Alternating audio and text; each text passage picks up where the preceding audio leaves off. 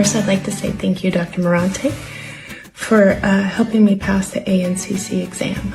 I did take the Flex crash course.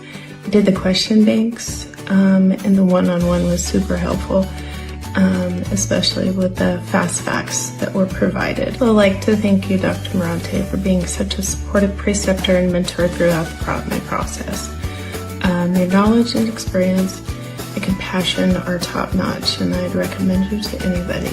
So again, Dr. Morante, thank you so much for being so supportive, and I am thankful that you were my preceptor, and the classes that you provided were very informative and really helped me to pass the test. So I just wanted to say thank you.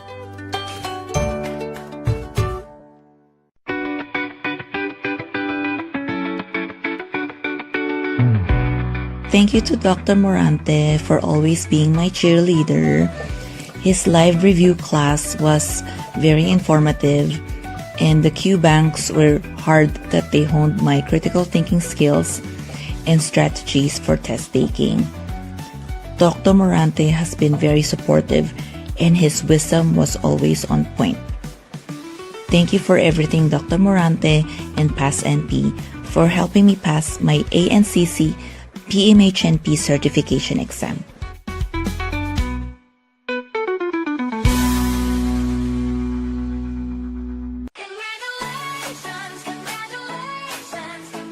I passed!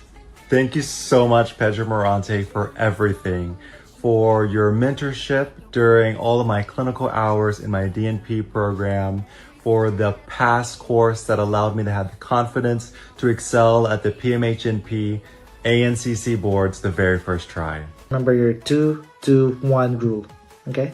All those questions that are difficult, sometimes they are non-scored, so don't stress about it. You should be great, and always trust the process, enjoy it. You're gonna be gonna be creating an impact to the community. Remember, it's not just to pass, but also to lead by example, to create an impact to the community. We're gonna celebrate tomorrow because you're gonna be a psych mental health nurse practitioner board certified from the Bay Area, California. Oh my God. Congratulations. Did you pass your board today? Wow. The exam was very tricky. Some of the questions on your review was there. Good luck to the rest. Yeah. Okay, guys. Attended our live class too in LA, right? The one in Koreatown. Yes, I went to live class. That was our live class. Congratulations. There you go. Lady Lou from California. Psych Nurse Practitioner Board.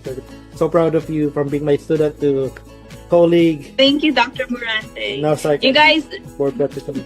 Dr. Morante is really amazing. He lets you be very independent, and you're gonna use a lot, because not a lot of preceptors would allow you to like do hands-on with patients. And you know, with Dr. Morante, it's like one of the best trainings I've ever had, because I learned how to create my care plan, and then just give, like, you know, he would give input if you're doing the right thing or not. So that was really good.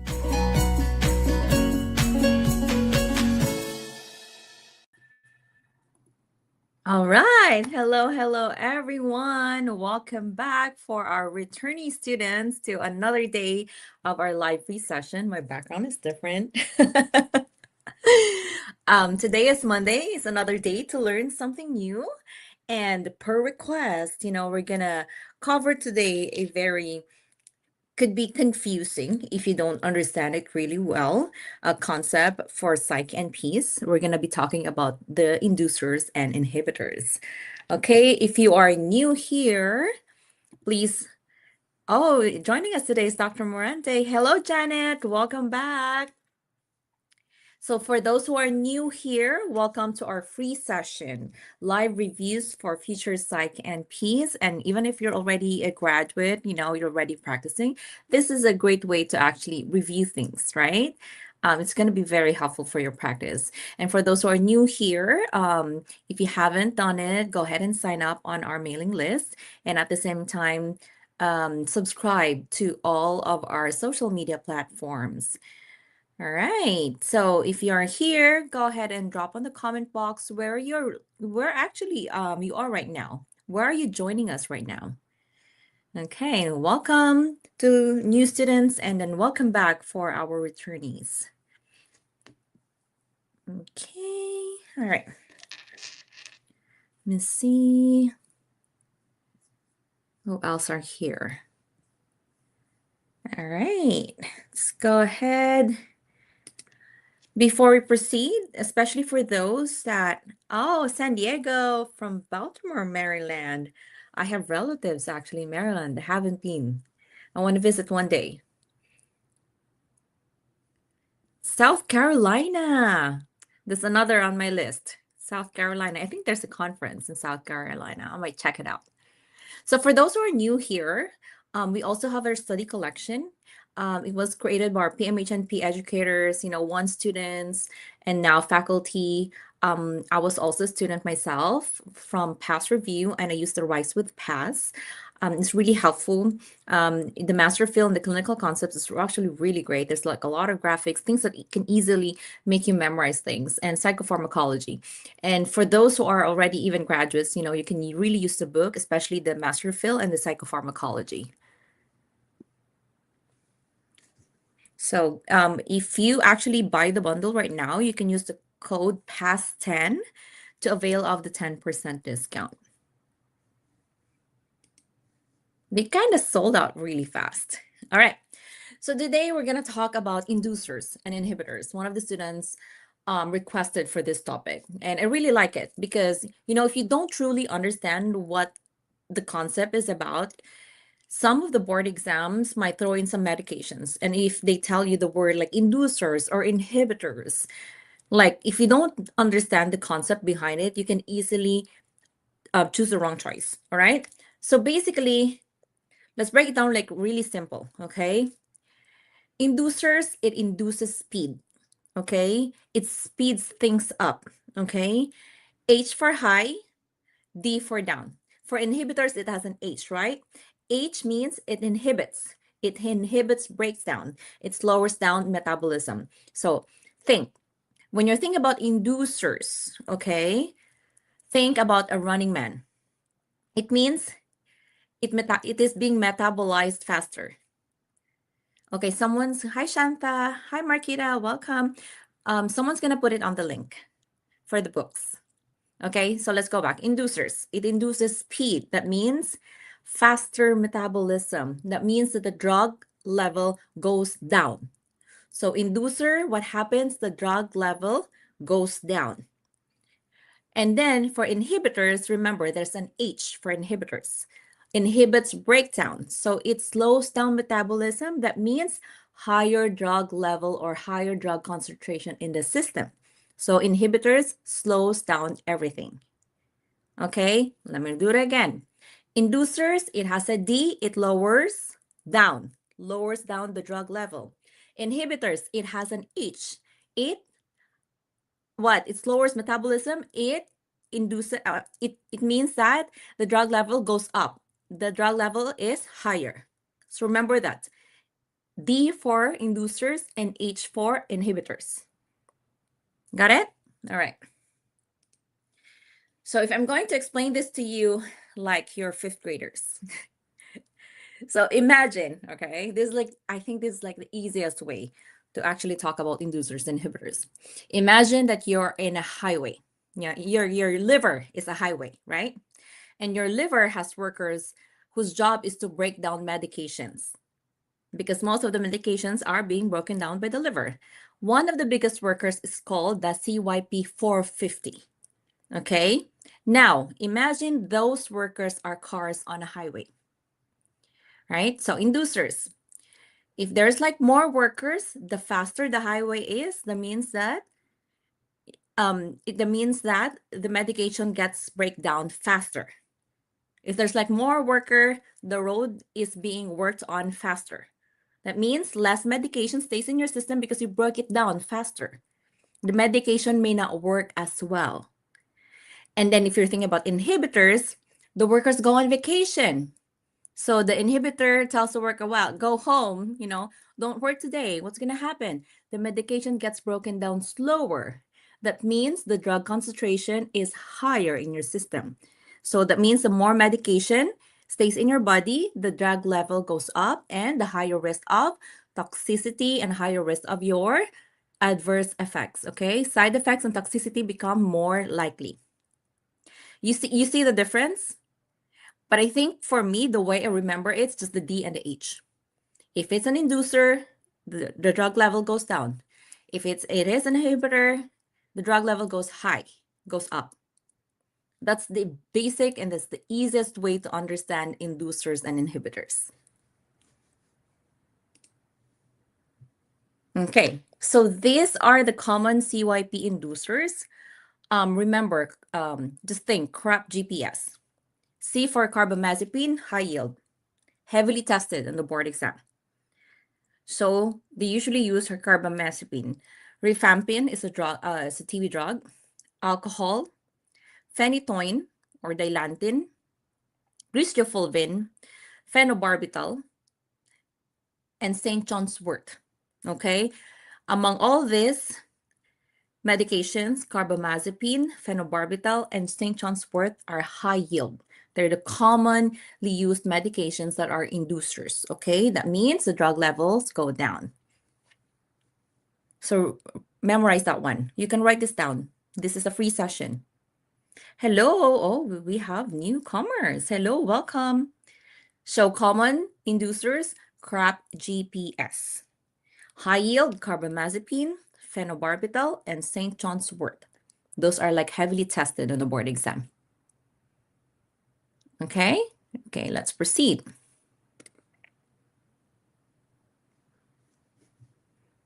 What happened to my remote? Give me 1 second. Okay, these are the common inhibitors. G Pac-Man. Remember the game Pac-Man, that little circle that eats colorful dots? G Pac-Man. G stands for grapefruit. P for protease inhibitors. A azoles or your antifungals, fluconazole, miconazoles. C for cimetidine.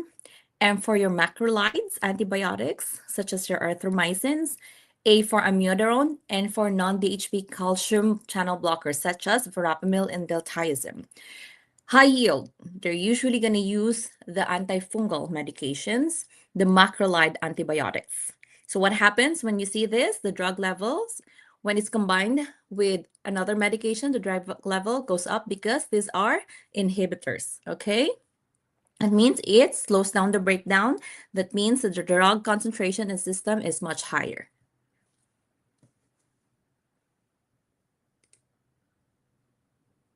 Okay, let's go ahead and practice.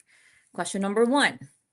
So type your answers on the comment box. You might be reading faster than me. So go ahead and type your answers on the comment box.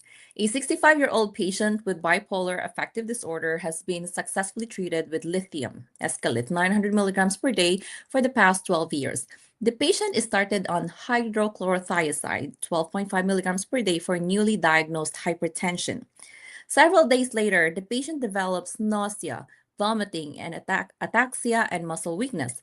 Laboratory testing reveals a serum lithium concentration of 2.0 mEq per liter. Which pharmacokinetic effect of the hydrochlorothiazide best explains this patient's lithium toxicity? Letter A, increased renal clearance of lithium. Letter B, reduced renal clearance of lithium. C, increased renal excretion of potassium. Letter D, increased serum sodium concentration. Read the scenario carefully. Okay.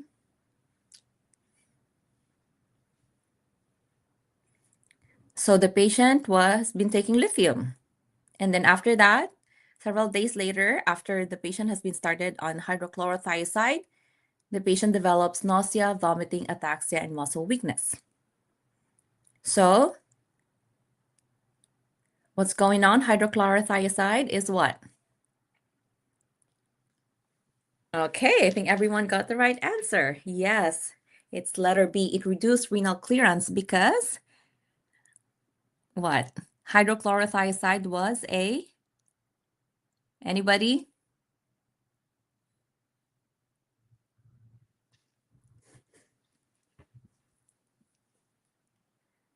Because hydrochlorothiazide is what? What did I mention earlier? It is an inhibitor. It increases the drug concentration goes up in the system. That's why the patient was experiencing lithium toxicity. Good job. So thiazide diuretics can cause sodium loss, leading to increased proximal tubular reabsorption. Yes, of both sodium and lithium. Remember, H, inhibitor, high. That means there will be toxicity, right? So this reduces the renal clearance of lithium. Our serum lithium level of 2.0 is consistent with lithium toxicity. What is your normal lithium levels? Okay, what is a normal lithium levels?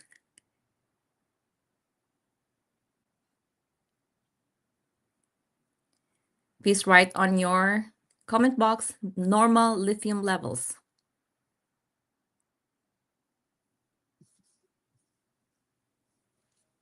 It's 0.6 to 1.2. Good job. Okay, so CYP, no P. If it's lithium, don't think CYP 450. Okay, yes, 0.6 to 1.2. Good job.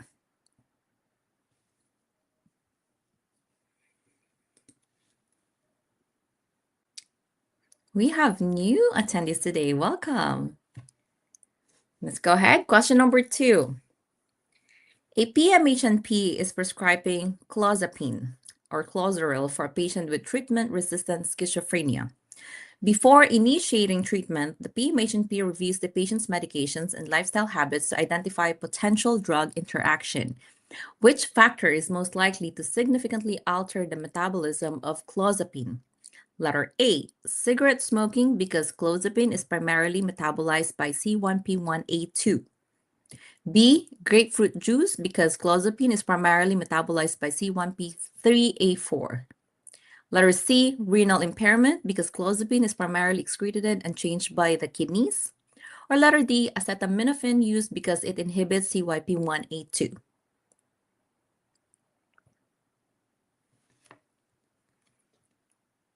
Type your answer in the comment box.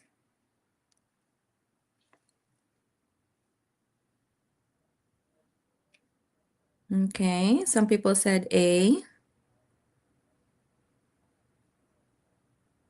Okay.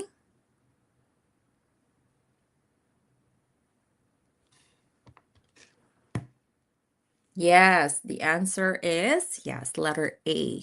Cigarette smoking because clozapine is primarily metabolized by C1P1A2. It is an inducer. That means the drug level goes down, right?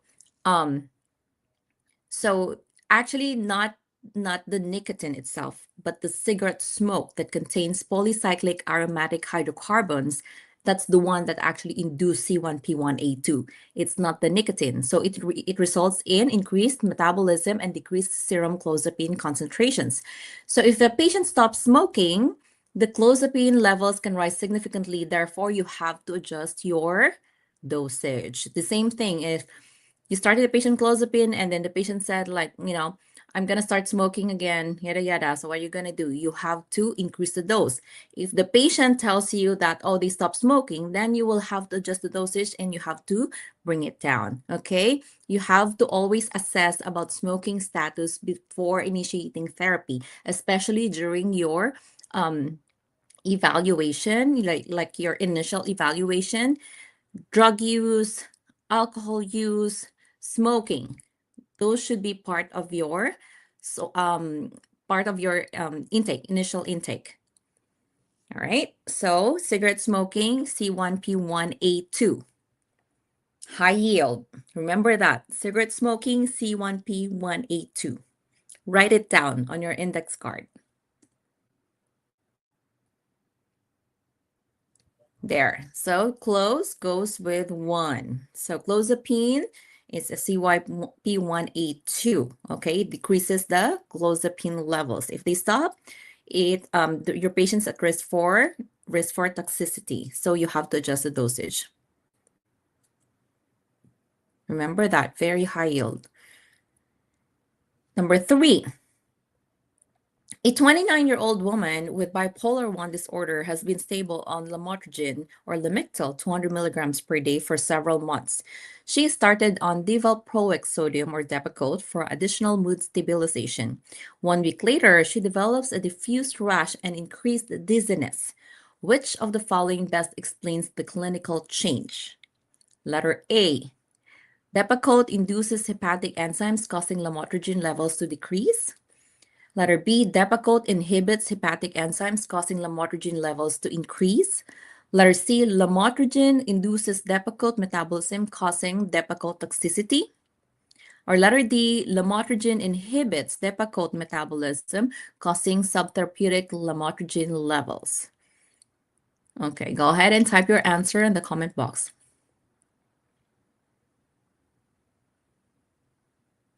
Okay. Rash, what are you thinking? Diffuse rash and increasing dizziness. The patient is taking Lamictal. The patient's taking lamotrigine. What are you thinking? What is this condition?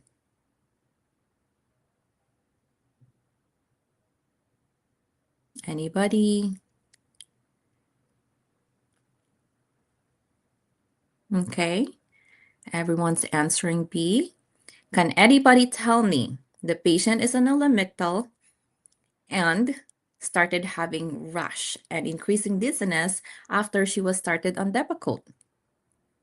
Yes, the Stevens-Johnson syndrome.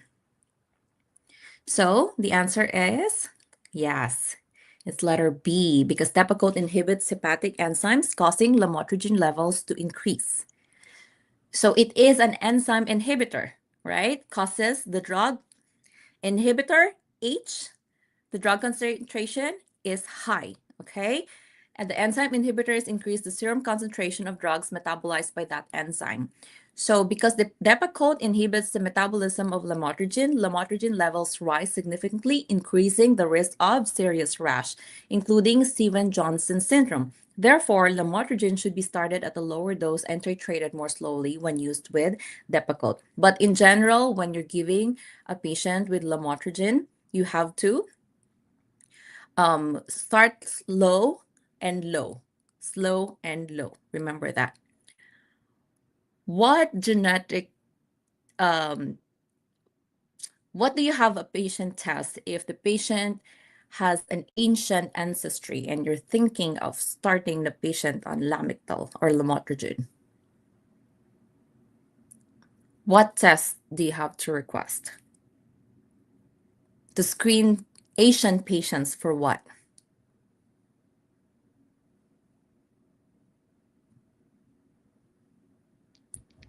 Yes, your HLA-B1502 allele, okay? Because they are at higher risk of developing Stevens-Johnson syndrome. All right, so always remember, test for Asian population. At the same time, you start low and you go slow, okay? Good job. You guys are ready to take the board exam. All right, so these are other like enzyme inhibitors like your clarithromycin, erythromycin, ketoconazoles, your antifungals, Depakote, grapefruit juice. These are like high yield, specifically Depakote and then your antifungals. These are like commonly tested on the board exam. Okay, question number 4. A 45-year-old man with bipolar 1 disorder has been stable on carbamazepine or Tegatrol for the past 2 years. He develops community-acquired pneumonia and is prescribed erythromycin by his primary care provider. 3 days later, he presents with dizziness, diplopia, blurred vision, and unsteady gait. Which of the following is the best? A. Increase the carbamazepine dose because erythromycin will reduce its serum concentration. Letter B, continue both medications because enzyme induction by carbamazepine will prevent toxicity. Letter C, assess for carbamazepine toxicity and anticipate decreasing the carbamazepine dose. Or letter D, discontinue erythromycin because carbamazepine will completely inactivate the antibiotic. Go ahead and type your answer in the comment box.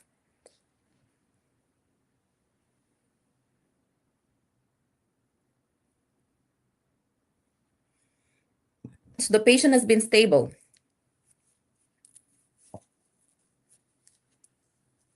The patient has been stable already on carbamazepine, right? And all of a sudden they had pneumonia.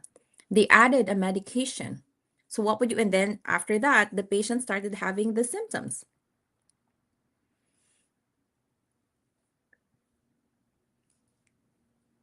Okay, everyone's saying C.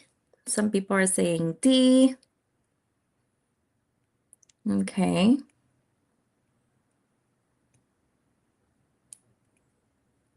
Okay, remember your nursing process. Remember your nursing process. The answer is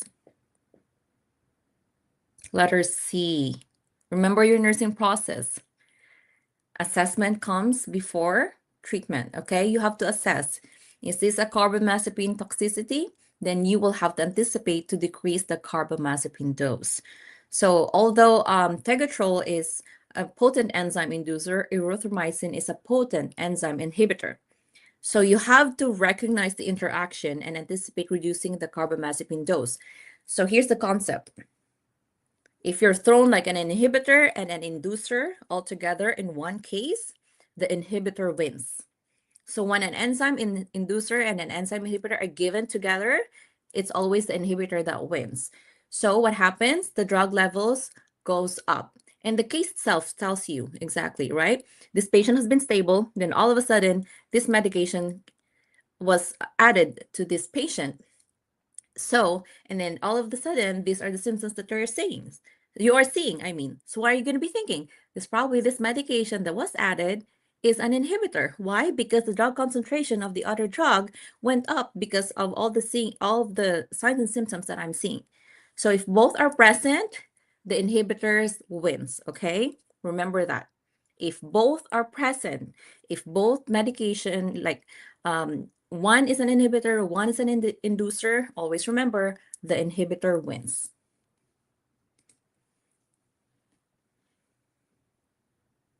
Last question. A 38-year-old man with HIV infection is being treated with ritonavir-boosted antiretroviral therapy. He developed psychotic symptoms and is started on quetiapine or Seroquel. Which of the following is best medication adjustment? Letter A, increase the quetiapine dose because ritonavir will reduce quetiapine levels. Letter B, continue the current quetiapine dose because there is no significant interaction. Letter C, reduce the quetiapine dose because ritonavir can markedly increase quetiapine serum concentrations. Or letter D, discontinue ritonavir because quetiapine is contraindicated in all patients with HIV. Go ahead and type your answer in the comment box.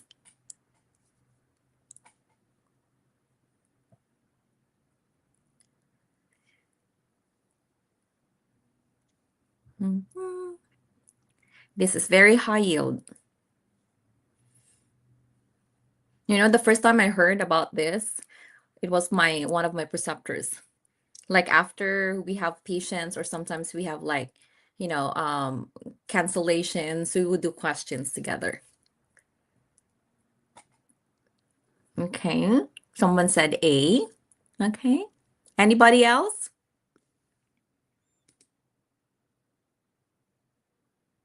The answer is letter C.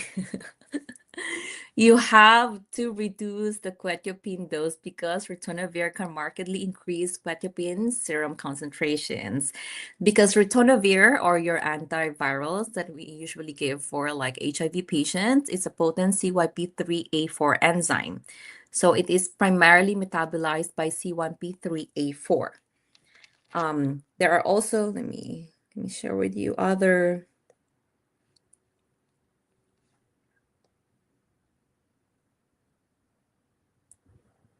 Okay.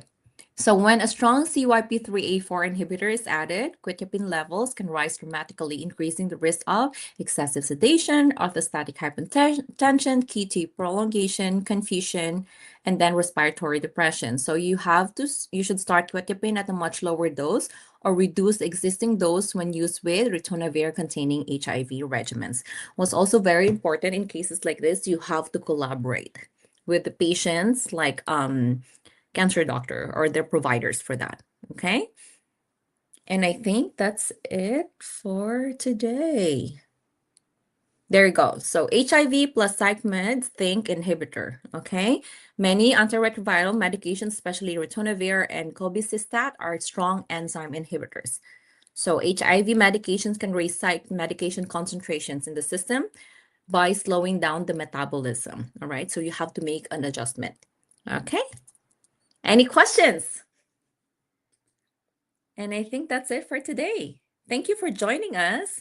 And for those who are new here, please share our community. This is a free live session that we do twice a week, Monday and Friday from 6 p.m. to 6:30 p.m. on Pacific Standard Time. So we're trying to grow a community. Would really appreciate if you share our sessions to your classmates, coworkers. This is our community outreach to help prepare you for the board exam, and also at the same time to create more providers that could help our community and build, to actually provide and bridge the gap to access to care, especially for our patients that really need mental health care. Thank you so much for joining us, and we'll see you again on Friday. Hi, Dr. Morante.